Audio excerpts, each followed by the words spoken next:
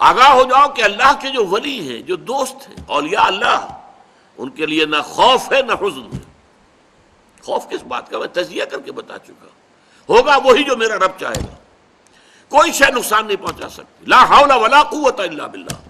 کوئی شے نہ آپ کو بھلائی پہنچا سکتی ہے نہ برائی پہنچا سکتی ہے۔ حدیث میں یہاں تک الفاظ آتے ہیں، حضور نے تلقین کیا ہے نوجوان صحابہ کو، اے میرے بچے یقین کر، اگر تمام انسان تل جائیں تمہیں کوئی نقصان پہنچانے پر، نہیں پہنچا سکتے مگر وہی کچھ جو اللہ نے لکھ دیا ہو، اور تمام انسان جمع ہو جائیں تمہیں کوئی نفع پہنچانے پر، نہیں پہنچا سکتے مگر اتنا ہی یا ویسا ہی جیسا کہ اللہ نے لکھ دیا ہو۔ تو انسانوں سے کیا ڈرنا؟ نہ انسانوں سے کوئی توقع نہ امیدیں، اس کی امیدیں قلیل، اس کے مقاصد جلیل۔ انسانوں سے امید نہ رکھو، اللہ سے امید رکھو، ساری توقع اس سے رکھو، سارا بھروسہ اس پر رکھو، کسی اور پر توکل نہ ہو۔ یہ ہے در حقیقت مرتبہ ولایت، مقام ولایت۔ اور اس میں جیسا کہ یہاں آیا، اب ان کے اوپر فرشتوں کا نزول ہوتا ہے۔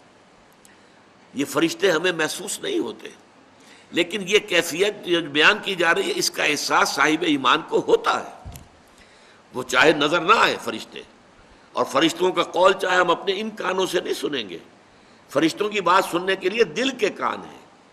فرشتہ جو ہے وہ در حقیقت غیر مرئی ہے، وہ غیر مادی ہستی ہے، مادی نہیں ہے، وہ تو صرف نور پر مبنی ہے، نور سے بنا ہے اور نور ہے۔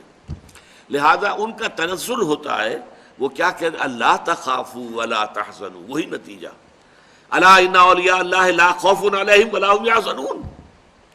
زوال خوف و حزن، یہ دو چیزیں ہیں جو ثبوت ہے کہ واقعتاً اللہ پر ایمان موجود ہے، واقعتاً اللہ کی ربوبیت پر دل ٹھک گیا ہے۔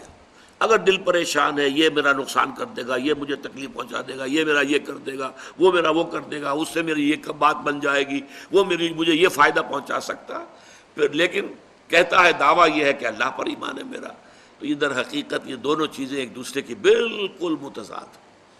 توکل، توقع صرف اللہ کی ذات کے ساتھ، اللہ تخافوا ولا تحزنوا، نہ خوف کھاؤ نہ حزن سے دو چار ہو، وابشروا بالجنۃ التي كنتم توعدون، اور بشارتیں حاصل کرو، خوشیاں مناؤ اس جنت کی کہ جن کا تم سے وعدہ کیا جاتا تھا، اہل ایمان سے وعدے کیے گئے ہیں۔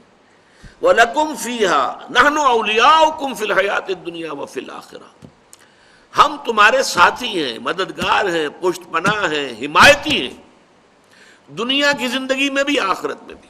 یہ نوٹ کر لیجئے، یہ دنیا کی زندگی میں ایک چوسر کی جنگ ہے، جیسے چوسر کی سڑک ہوتی تھی، حق و باطل کی جنگ جاری ہے۔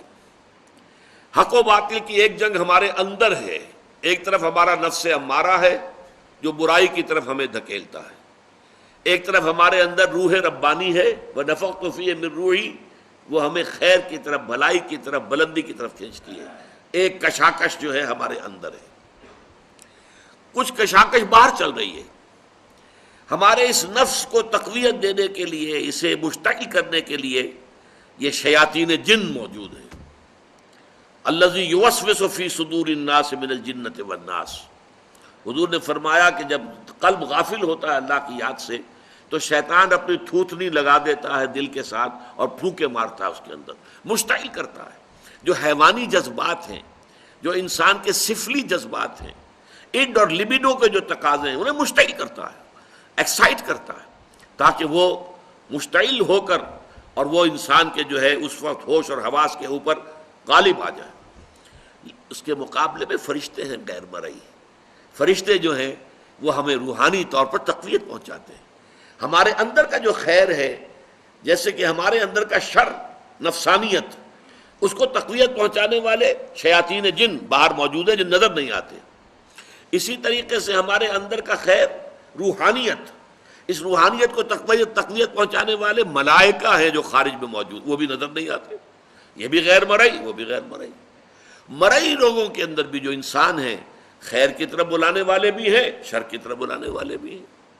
آپ کا دوست یہ بھی کہے گا چھوڑو میاں کیا کس چکر میں پڑ گئے حلال حرام کے، دیکھو فائدہ ہوتا ہے اس کام کے اندر، جس کام میں فائدہ ہو وہ کرو، اللہ اللہ خرچ اللہ۔ یہ کیا حلال اور حرام اور صحیح اور غلط اور جائز اور ناجائز، وہ آپ کو شر کی ترغیب دے رہا ہے کہ نہیں دے رہا؟ اسی طرح کوئی آپ کا بھائی ایسا بھی ہو، اللہ کے بندے خیال کر، غلط کام مت کر، اس سے تھوڑا سا یہ کہ تجھے دنیا میں دولت مل جائے گی، اخروی زندگی برباد ہو جائے گی تیری، ایسے انسان بھی تو ہے نا آخر۔ تو لوگ جو ہے خارج میں انسانوں میں بھی داعیان شر بھی ہے، داعیان خیر بھی ہے، وہ تو ویزیبل ہے، مرئی ہے۔ غیر مرئی عالم میں جنات، شیاطین جن ہیں جو ہمارے نفسانی خواہشات اور تقاضوں کو بڑکاتے ہیں، اور ادھر ملائکہ ہیں جو ہمیں تھپکی دیتے ہیں، تم نے اچھا کام کیا ہے۔ اچھا کام کر کے جب مسرت ہوتی ہے، حضور نے فرمایا اذا سرت کا حسنتوں کا وساعت کا سیئتوں کا فانت مومن، دیکھو اگر تمہیں کوئی اچھا کام کر کے خوشی محسوس ہو اندر، اور برا کام کر کے کوئی دل کے اندر کوفت محسوس ہو، یہ میں کیا کر بیٹھا، یہ مجھے نہیں کرنا چاہیے تھا، فانت مومن، تو یہ ایمان کی علامت ہے۔ اذا ساعت کا سیئتوں کا وسرت کا حسنتوں کا فانت مومن، بھلائی کر کے خوشی ہو، کوئی برائی ہو جائے تو افسوس ہو، رنج ہو، تو یہ گویا کہ ایمان کی علامت ہے۔ تو فرشتے تھپکی بھی دیتے ہیں، حوصلہ بڑھاتے ہیں۔ قرآن مجید میں آیا ہے جنگ بدر میں، جنگ احد میں فرشتے آئے، انہوں نے مدد کی، اہل ایمان کے دلوں کو اور اہل ایمان کے قدموں کو جمایا، انثبت الذین آمنوا، جاؤ قدم جما دو اہل ایمان کے، تو اہل ایمان کے لیے فرشتے آئے۔ تو یہ فرشتوں کا نزول ہوتا ہے ان اولیاء اللہ، اللہ کے ساتھیوں کے بارے میں۔ اب یہ اولیاء اللہ سے آپ یہ نہ سمجھ لیجئے کہ وہ کوئی علیحدہ قسم کی نوع ہے یا کوئی علیحدہ جنس، انسانوں ہی میں ہوتے ہیں نا۔ تمام صحابہ اولیاء اللہ تھے، سب کے سب اولیاء اللہ کا جو اعلیٰ ترین معیار ہے، کوئی ولی اللہ غیر صحابی ادنا سے ادنا صحابی کے پائے کو بھی نہیں پہنچ سکتا، یہ اچھی طرح نوٹ کر دیجئے، یہ ہمارا اہل سنت والجماعت کا پختہ عقیدہ ہے۔ کمتر سے کمتر صحابی جو ہے بڑے سے بڑے ولی سے بھی وہ افضل ہے، بڑے سے بڑے ولی سے افضل۔ تو اولیاء اللہ سے مراد یہی نہ لے لیجئے جو ہماری اپنی جو ووکیبلری ہے، ہماری بول چال میں صوفیاء کرام کے لیے الفاظ یہ آتے ہیں، وہ بھی ہیں الحمدللہ، ان کے اندر بھی اولیاء اللہ بہت بڑی تعداد میں ہیں، لیکن جو ہمارے صحابہ کرام تھے وہ تو سب کے سب اللہ کے ولی تھے۔ ان کے لیے آتا ہے نحن اولیاؤکم فی الحیات الدنیا وفی الآخرہ، ہم تمہارے ولی ہیں، مددگار ہیں، پشت پناہ ہیں، جمے رہو، قدم تمہارے ڈگمگانے نہیں چاہیے۔ اور آخرت میں بھی، جنت میں تو ظاہر بات ہے کہ دوستی انہی سے ہوگی، وہی آئیں گے۔ یدخلون علیہم من کل باب، قرآن میں آتا ہے جنت کے ہر دروازے سے وہ داخل ہوں گے سلام کرتے ہوئے، سلام سلاما، سلام اور سلامتی کے پیغام دے کے آئیں گے۔